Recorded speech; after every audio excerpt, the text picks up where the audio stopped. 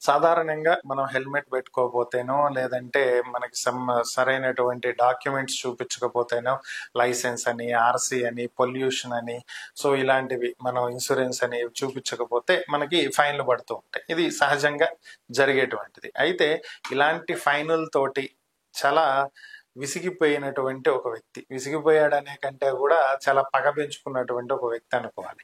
So మహారాష్ట్రలో ఒక కుర్రాడు తనకు హెల్మెట్ లేదని చెప్పి ట్రాఫిక్ పోలీసులు 1000 రూపాయలు ఫైన్ వేశారు. నాకే ఫైన్ వేస్తారా, మీరు ఎప్పుడో ఒకసారి నాకు దొరక్కపోరా అని చెప్పి మైండ్ లో పెట్టుకున్నట్టున్నాడు.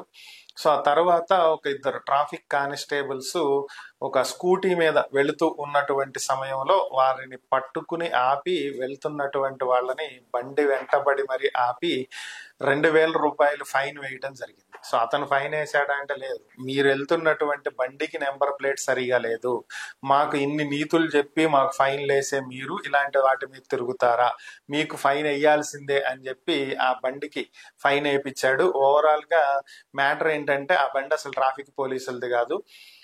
ఈ బండి మీద వెళ్ళినటువంటి ఇద్దరు ట్రాఫిక్ పోలీసుల్లో ఒక వ్యక్తి స్నేహితుడిది. వాళ్ళు ఏదో అవసరం ఉండి ఆ బండిని తీసుకురావడం జరిగింది. సో దీంతో ఆ బండి కలిగినటువంటి యజమానికి 2000 రూపాయలు ఫైన్ పట్టడం జరిగింది. అది పరిస్థితి.